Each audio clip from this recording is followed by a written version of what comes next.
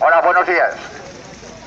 Les pediría a todos que se pusieran por aquí, por este lado, y se acercaran un poco para que podamos escucharnos bien.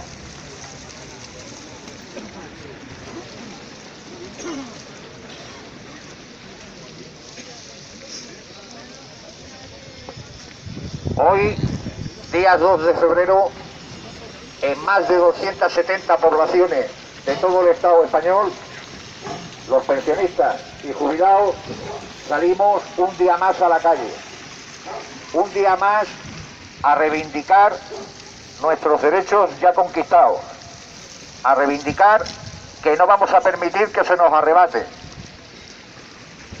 Voy a dar paso al comunicado de la Coordinadora Estatal por el Defensa del Sistema Público de Pensiones.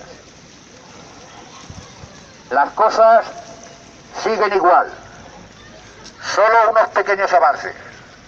Nuestras movilizaciones han cambiado un gobierno, han movido sillas, han sacado dinero de donde nos contaban que no había, han hecho aparecer formas un poco más agradables en la política, pero en el fondo todo sigue igual.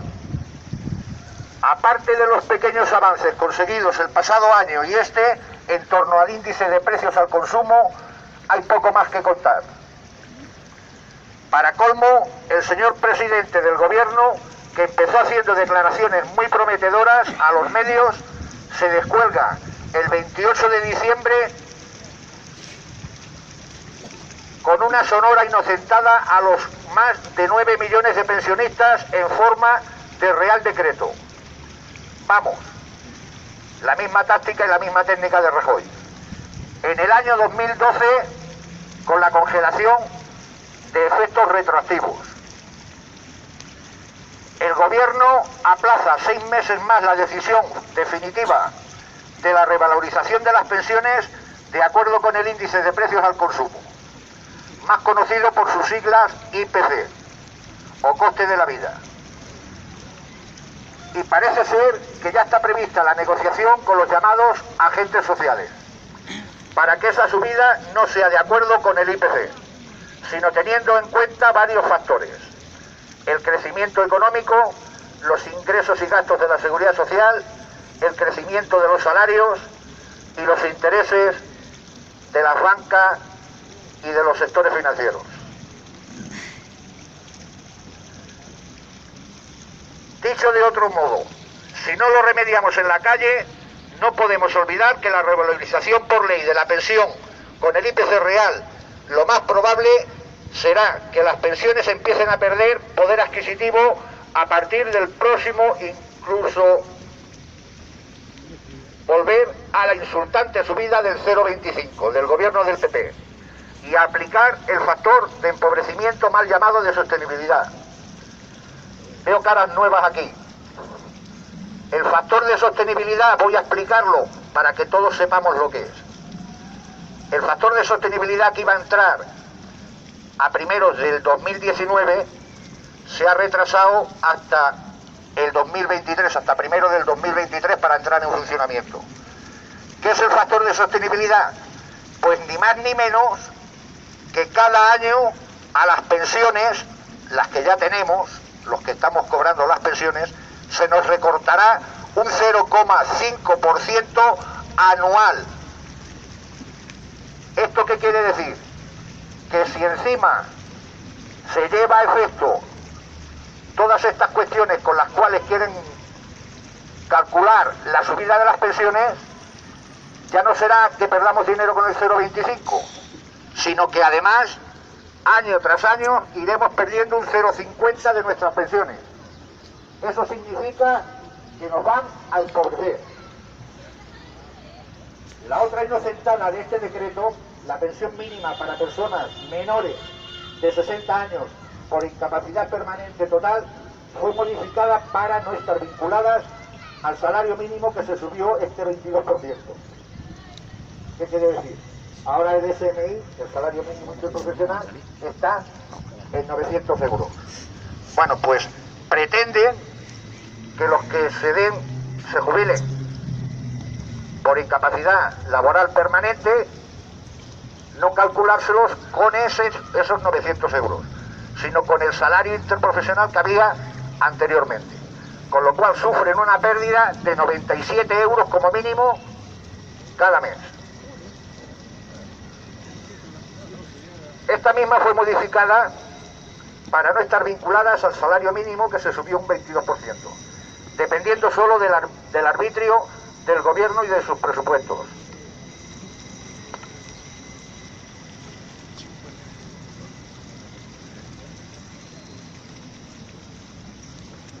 Gracias a la presión constante en la calle, grupos políticos del Congreso consiguieron tirar esta primera decisión. Y ahora, al convalidarse el decreto ley, estas pensiones subirán un 22% en el año 2019. Una vez más, debido a las presiones en la calle, debido a que todos los lunes en muchas poblaciones del Estado estamos los pensionistas en la calle dándoles la tabarra y torciéndoles el brazo, hemos logrado de que eso se tire para atrás. Y para rematar la inocentada, se olvida de la promesa de equiparar el sistema especial de empleadas del hogar al régimen general de la Seguridad Social. Un compromiso que ha sido toperdeado de forma continuada por el PP desde el 2012, porque el pasado diciembre finalizaba el periodo transitorio establecido para dicha equiparación. Y ahora el gobierno del PSOE permite la enmienda del PP, que la demora y que llegará hasta el año 2024. Las empleadas del hogar, sabéis que están en un sistema un poco sui generis. Algunas no tienen ni seguro. Otras sí tienen ese seguro, pagan a la Seguridad Social, pero no tienen paro. Solamente les sirve a la hora de la jubilación, pero no tienen paro. Son trabajadoras. Y por cuenta ajena, porque no pueden tener paro como el resto del personal. Bueno, pues a día de hoy no lo tienen.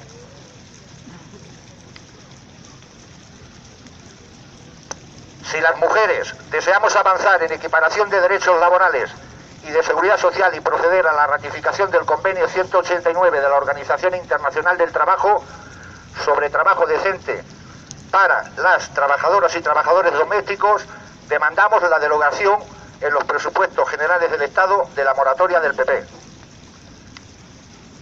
Y nos preguntan, ¿nos vamos a quedar quietos? Pues no.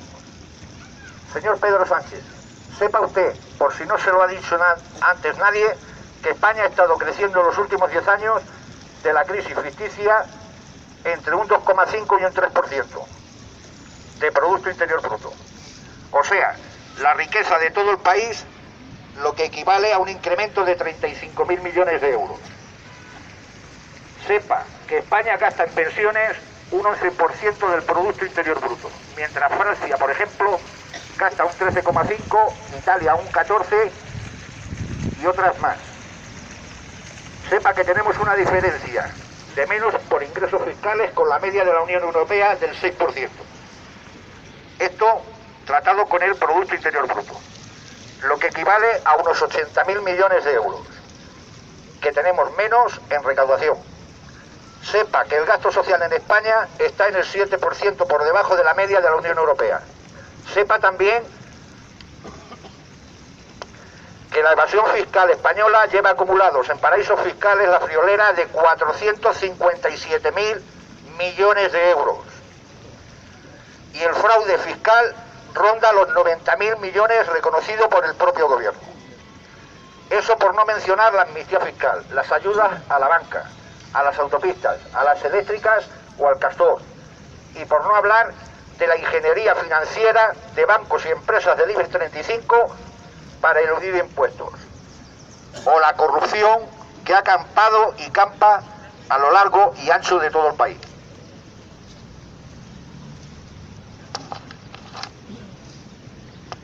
Sepa, señor presidente, que no abandonaremos la calle mientras no nos ofrezcan soluciones reales.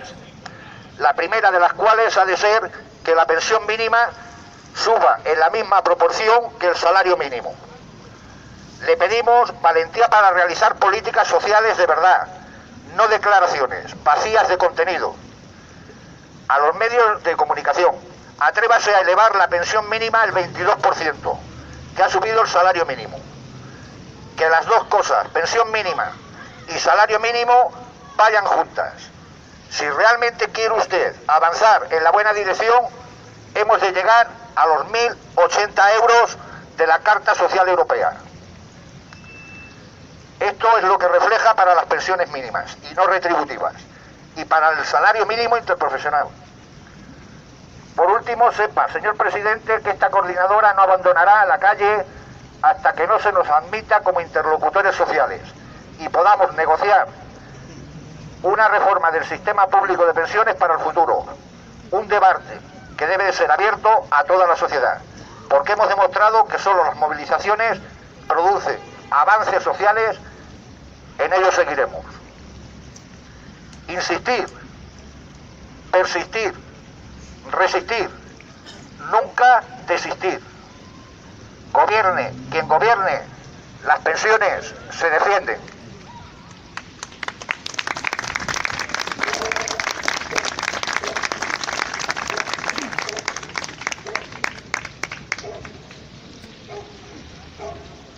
Como hace tiempo que no lo hacemos, vamos a hacer un recordatorio de todos los puntos que lleva la coordinadora estatal por el sistema público de pensiones, y que desde aquí, desde Puerto Llano, como en todas las restantes poblaciones de España, defendemos. Punto 1. Recoger las pensiones como un derecho constitucional e incluir las mismas en los presupuestos generales del Estado. Con esto estamos pidiendo, como muchas veces ya hemos contado y hemos dicho, el blindaje de las pensiones para que ningún partido pueda jugar en ninguna elecciones con el tema de las pensiones. Son unos derechos adquiridos que se deben ir revalorizando año tras año con el IPC. Entonces, a la Constitución con ellos, al artículo 50. Restablecer la jubilación ordinaria a los 65 años. Ya nos han metido el calzo este año. Ya la jubilación ordinaria no es a los 65, es a los 65 y 8 meses. Con esto quieren llegar a los 67 años, pues dentro de 4 años. Vuelvo a decir, como muchas veces he dicho, si no hay trabajo para los jóvenes, si a los que cumplen cierta edad los están dejando a un lado porque según ellos ya no sirven para trabajar, habrá que darle una solución al tema. Pues la solución no es alargar la edad de jubilación. La solución es jubilarse a los 65 años, como lo ha venido haciendo de aquí para atrás, y en algunos casos incentivar las jubilaciones a gente con menos edad para que otras personas puedan ocupar ese puesto de trabajo. Y no como se hace ahora, que se despide a una persona con capacidad, con experiencia y con muchos años en la misma empresa, se despide uno y se contratan dos. Se contratan dos con sueldos de miseria y encima con beneficios por parte de los gobernantes a esas contrataciones. Eso es lo que hay que cortar. Hay que cortar pues todo aquello que nos ha llevado donde estamos ahora, como son las reformas laborales. Hay que ir a una reforma laboral donde el trabajador tenga sus derechos y donde los salarios sean dignos. Jubilación anticipada sin penalizar con 40 años o más cotizados al 100%. Es lo que explicaba antes. Hay muchas personas que llegan a los 62 o 63 años y resulta que tienen trabajado más de 40. Esa persona se ha ganado ya su derecho a la jubilación. Y se ha ganado su derecho a la jubilación con el 100%. Porque de aquí para adelante, si seguimos con el mismo sistema, tenemos muchas dudas, vamos, no dudas, tenemos la certeza de que ningún joven llegará a cotizar esos 40 años con el sistema que se lleva ahora de contratación. Entonces, ¿qué es lo que buscan? Que lleguemos a la jubilación con una jubilación de miseria, todos con una pensión mínima. Vamos a luchar porque no sea así.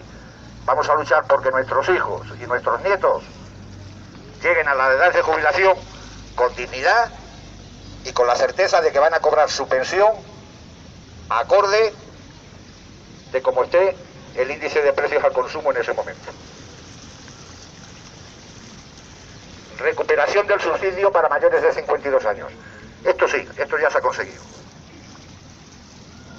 Era una indecencia que no fuera así, cuando se está apartando a toda esa gente del sistema laboral. Integración de los regímenes especiales en todos sus campos.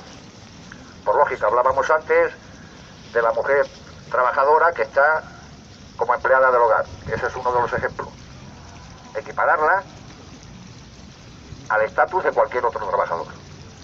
Podemos hablar de la agricultura, de las peonadas, podemos hablar de los hombres de la mar, podemos hablar de muchos otros sistemas. Equiparación. Todos los trabajadores somos iguales. Pensión mínima de 1.080 euros que garantice con dignidad la vida en relación a los criterios de la Carta Social Europea. Bueno, esto ya lo hemos dicho. ¿Quién puede vivir hoy con 500 euros? A lo mejor con 1.080 posiblemente tampoco pueda hacer muchas virguerías. Pero eso le permitirá, por lo menos, tener una poca decencia y dignidad de vida. Revalorización automática de las pensiones en relación al IPC real. IPC real, no la valoración de IPC que hace el gobierno a primeros de año, que luego nos encontramos como este año pasado, que había calculado el 1,6 y resulta que en noviembre estábamos en el 2. Bueno, pues ya metieron ellos la tijera, ya hicieron ingeniería financiera y llegamos a diciembre con el 1,7. 1,7 que ha supuesto una mini paga ahora a primeros de febrero a todos los pensionistas, de una décima. Ya lo hemos explicado aquí en algunas ocasiones. Un promedio de 14 euros mensuales. Y habrá quien diga, no, yo no cobro 14 euros, a mí me han dado 3. Sí, a otros les habrán dado 40. Pero el promedio es ese, entre 12 y 14 euros.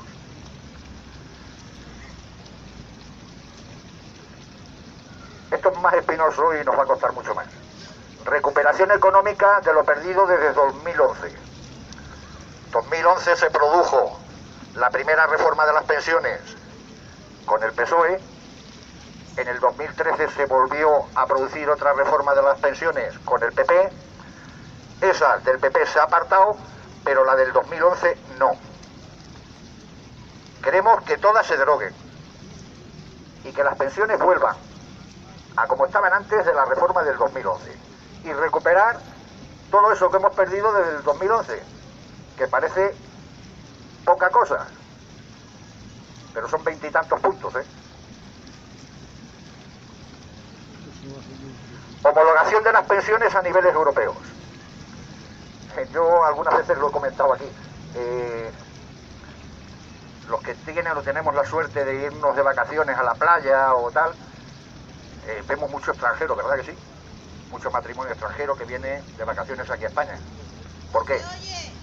Porque ahí tienen unas pensiones dignas y pueden permitirse el venir de vacaciones aquí en España. Algunos pensionistas españoles no cabe ninguna duda que también lo pueden hacer, pero la mayoría no. Estamos hablando de que un 60% de las pensiones están por debajo de lo que sería digno de cobrar para vivir dignamente. Modificación del tope mínimo en caso de doble pagador. Esto hay algunas personas que lo tienen. Están cobrando la pensión del marido y si ellas han trabajado están cobrando su pensión también. O viceversa. Bueno, pues el de tope. Si se ha contribuido por dos pensiones, que mínimo que cobrar esas dos pensiones. Reducción hasta la desaparición de la brecha de género en las pensiones. Es indecente que una mujer que haya estado trabajando toda su vida, ya puede ser en el sector público o en casa o en el sector privado, llegue a la hora de jubilarse y que no tenga una pensión. Poneros la mano en el pecho. A ver, ¿cuántos de vosotros que os habéis ido a trabajar todos los días habéis dejado a la mujer en casa y esa mujer es la que ha sacado la casa adelante? la mayoría de nosotros. Eso tiene un valor. Este país no hubiera prosperado sin esas mujeres que se han quedado en sus casas atendiendo a los hijos y llevando la casa, y llevando la economía de la casa. Eso es un trabajo que no se ha reconocido nunca y que a la hora de las pensiones exigimos que se reconozca también.